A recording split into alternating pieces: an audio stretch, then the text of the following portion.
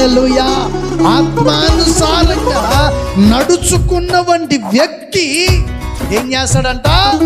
నా సొంత ఆలోచనలు నెరవేర్చాలని కోరుకోడు. నా సొంత కోరికలు, నా సొంత ఆలోచన నెరవేర్చబడాలని అనుకోడంట. ఏం చేస్తాడు?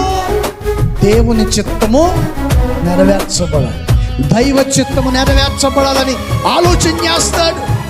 దేవుని వాక్యాన్ని వింటున్న నీవు ఈ రోజున నీ ఆలోచనను బట్టి నీ ఇష్టానుసారంగా నువ్వు నడుచుకుంటున్నావా, లేక దేవుని ఆలోచనను బట్టి నువ్వు నడుచుకుంటున్నావో? దేవుని వాక్యాన్ని వింటున్న నీవు నిన్ను నీవు పరీక్షించుకొని ప్రభు సంఘం నడిపించబడినట్లయితే నీ జీవితంలో దేవుడు నూతనమైన కార్యాన్ని చేస్తాడు. ప్రైజ్ ది లార్డ్, హల్లెలూయా. అందుకని మొదటిగా నేను ఏం చెప్పాను? ఒకటి, కొత్త జీవితాన్ని ఇస్తాడు. కొత్త జీవితం నీకు కావాలంటే పాపాన్ని విడిచిపెట్టాలి, మారు మనసు పొందాలి, నీటి బాప్తిసము తీసుకోవాలి.